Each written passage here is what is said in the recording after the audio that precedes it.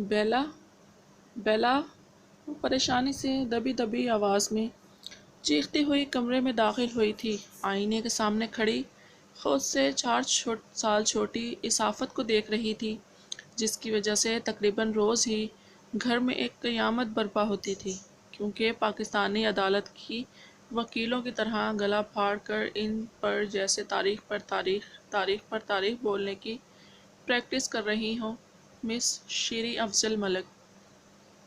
وہ اپنے شانوں تک آتے سلکی بالوں کی روز کی طرح پونی ٹیل بناتے اطمینان سے بول رہی تھی۔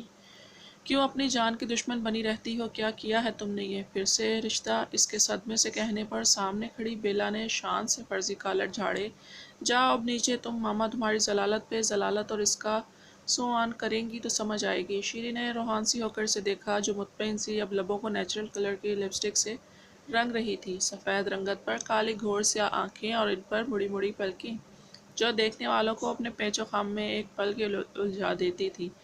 بھرے بھرے گلابی لب، وہ درمیانے قد کی خوبصورت لڑکی تھی، جینس اور کرتی پہنے دوپٹے سے بے نیاز اپنی پونی کو دونوں ہاتھوں سے کھینچتی وہ آئینے پر ایک آخری نگاہ ڈالتی کمرے سے نکل گئی تھی۔ بیلا دوپٹہ تو اوڑھتی جاؤ، پیچھے وہ آوازیں دیتی رہ گئی۔ میں تھان کے تھان لپیٹ لوں جب بھی مسز افضل کو میں پسند نہیں آؤں گی۔ تم آ جاؤ نیچے، رائتہ بھی تو سمیٹنا ہے، وہ الگ بات ہے کہ پھیلایا بھی خود ہی ہے، وہ مزے سے کہتی۔ سیڑھیاں اتر رہی تھی۔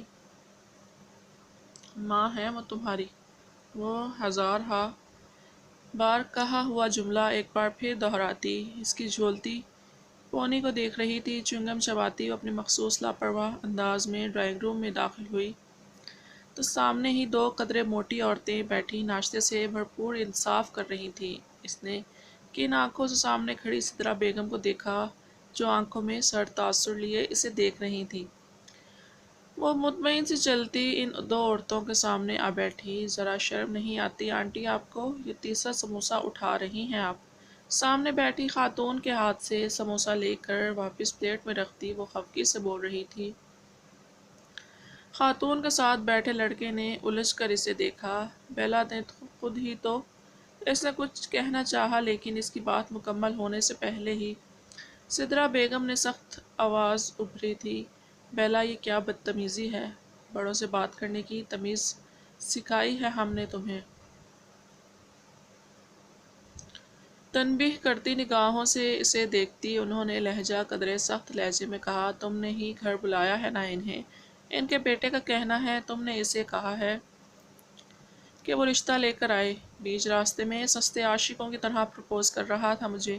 آپ نے باہر لڑنے سے منع کیا تھا، اس لیے میں نے سوچا گھر بلا کر عزت سے رخصت کر دوں۔ مجھے کیا پتا تھا یہ اپنے پورے ٹبر کے ساتھ میرے باپ کا خرچہ بڑھانے چلا آئے گا۔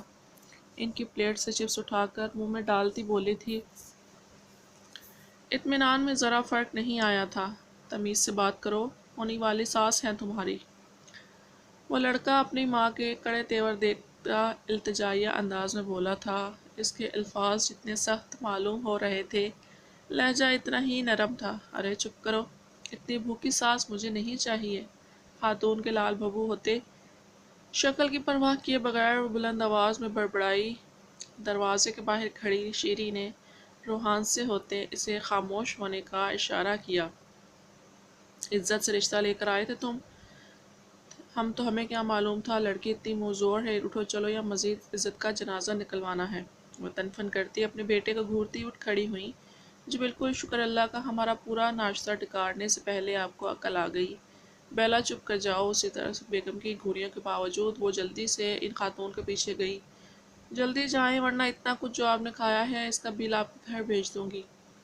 توبہ، اتنی منہ زور لڑکی سے شادی کرنا چاہتے تم؟ پڑ گئی ٹھنڈ تمہیں اپنی ماں کی بے عزتی کروا کے؟ وہ خاتون مسلسل بلند آواز میں بڑبڑاتی اپنی گاڑی کی جانب بڑھ رہی تھیں۔ وہ جو پارکنگ سے کچھ دوری پر اپنی بائیک کھڑی کر کے اب دروازے کی جانب بڑھ ہی رہا تھا۔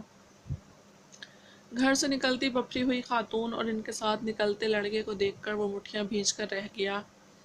آپ باتوں سے ماننے والی ہیں ہی نہیں بیلا، وہ زیر لب بڑبڑاتا دروازے کی جانب آیا تھا۔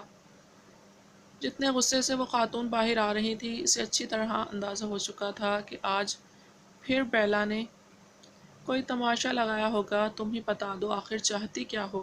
ہر 2 دن بعد کوئی نہ کوئی تمہارا رشتہ آ جاتا ہے، جنہیں بلانے والی بھی تم خود ہی ہوتی ہو۔ یہ کیا طریقہ ہے بیلا کسی کو سبق سکھانے کا؟ اور اگر تم نے اس طرح کی کوئی حرکت کی تو میں سچ میں تمہیں اسی کے ساتھ رخصت کر دوں گی جس کا تم اب رشتہ لاؤ گی۔ لاؤنج میں داخل ہوا تو حسب توقع وہاں عدالت سجی ہوئی تھی۔ وہ سامنے اطمینان سے بیٹھی سدرا بیگم کی باتیں سن رہی تھی۔ اس کے انداز سے لاپرواہی واضح ہو رہی تھی جو سدرا بیگم کے غصے مزید اضافے کا سبب بن رہی تھی۔ مما اس نے خود بدتمیزی کی تھی۔ شیری ہمیشہ کی طرح آج بھی اسے بچانے کی کوشش میں لگی ہوئی تھی۔ اس کے 2 مقاصد ہیں۔ اطمینان سے ٹانگ پر ٹانگ چڑھا کر بیٹھنے کے بعد وہ ان سب کی جانب نظر ڈال کر بولی، ایک تو یہ کہ اس نے جو میری بے عزتی کی بیچ راستے میں پرپوز کر کے میں نے اسے گھر لا کر سموسے کھلا کر عزت سے رخصت کیا تو میں تو اچھی ہوں۔ اس نے آنکھیں بٹا کر کہا اور اپنے پیچھے کھڑے ابراہیم کو نہیں دیکھ سکی تھی جو سدرا بیگم کے ساتھ اسے خوفناک نظروں سے دیکھ رہا تھا۔ اور دوسرا یہ کہ آپ کو پتہ چل جائے مسز افضل کہ بیلا افضل ملک کسی سے کم نہیں ہے۔ دیکھ لیں میرے قدردانوں کی لمبی فہرست، لمبی پر پورا زور لگا کر کہتی وہ سکون سے ان کا اطمینان غارت کر کے اپنے کمرے کی جانب بڑھ گئی تھی۔ دیکھ رہے ہو تم، یہ سب تمہارے بابا اور افضل صاحب کے لاڈ پیار کا نتیجہ ہے۔ اب اس طرح اپنی اہمیت جتائے گی ہے۔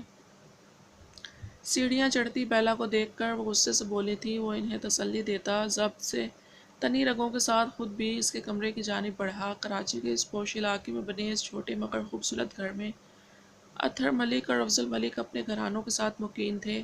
دونوں بھائیوں میں عمروں کا زیادہ فاصلہ نہیں تھا۔ اطہر ملک نے اپنی پسند سے نگینہ بیگم سے شادی کی جو کہ ان کی خالہ زاد بھی تھیں۔ اطہر ملک اپنی بیوی سے بے تحاشا محبت کرنے والے ثابت ہوئے تھے۔ شادی کے 1 سال بعد ابراہیم اطہر ملک ان کی گود میں آیا۔ بھوری آنکھوں والا یہ بچہ گھر میں سبھی کو پیارا تھا۔ نگینہ بیگم ابراہیم کی پیدائش کے بعد سے ہی کچھ بیمار رہنے لگی تھی۔ 3 سال بعد اللہ نے انہیں ایک بار پھر نعمت سے نوازا۔ زوار ملک جو کہ گھر والوں کے ساتھ ابراہیم کا بھی کافی لاڈلا تھا، جبکہ افضل ملک کی شادی والدین کی پسند سے سدرا بیگم سے ہوئی تھی، مگر میاں بیوی ہونے کے باوجود بھی شروعات سے سدرا بیگم اور افضل ملک میں ایک اندیکھی سی دیوار تھی جسے انہوں نے دور کرنے کی کوشش نہ کی۔ سدرا بیگم نے اپنی محبت سے اس دیوار کو گرانے کے بارے میں کچھ سوچا۔ بظاہر تو دونوں ٹھیک ہی تھے، لیکن ایک خلش سی تھی جسے شاید کسی نے محسوس نہیں کیا۔ شیری جو ابراہیم سے 1 سال چھوٹی جبکہ زوار سے 2 سال بڑی تھی، اور شیری سے 4 سال چھوٹی بیلا افضل ملک، دونوں بہنیں شکل و صورت کے ساتھ ساتھ عادات و اطوار میں بھی ایک دوسرے کے بالکل متضاد تھیں۔ شیری گندمی رنگت اور مناسب نقوش والی کم کو سیدھی سی لڑکی تھی۔ اس کی رنگت بیلا جیسی شفاف نہیں تھی، لیکن اس کی آنکھیں خوبصورت تھیں۔ نگینہ بیگم زوار کی پیدائش کے وقت انتقال کر گئی۔ ان کے انتقال کے بعد اطہر ملک کو خود اپنا بھی ہوش نہیں رہا تھا۔ ایسے میں سدرا بیگم نے ہی ابراہیم اور زوار کی بھی ذمہ داری لے لی تھی، جسے وہ آج تک بہت احسن طریقے سے نبھا رہی تھیں ان کی اماں جان بن کے۔ بیلا سدرا بیگم سے زیادہ قریب نہیں تھی۔ وجہ اس کی ضدی اور اکڑ طبیعت تھی یا کچھ اور، یہ کوئی نہیں جان سکا تھا۔ حد درجہ منہ پھٹ اور قدرے بدتمیز بیلا پسند تو ابراہیم کو بھی نہیں تھی۔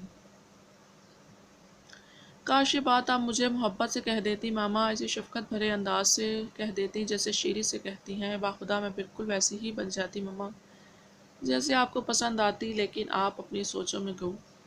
وہ اپنی پونی ٹیل جھلاتی اپنے کمرے کی جانب بڑھ رہی تھی جب اسے بازوں سے تھام کر کسی نے جھٹکے سے کھینچا۔ غصے سے اپنی جانب تکتے ابراہیم کو دیکھ کر اس کا حلق تک کڑوا ہو گیا تھا۔ سمجھتی کیا ہیں آپ خود کو؟ بہت مزہ آتا ہے آپ کو ہم سب کو پریشان کر کے۔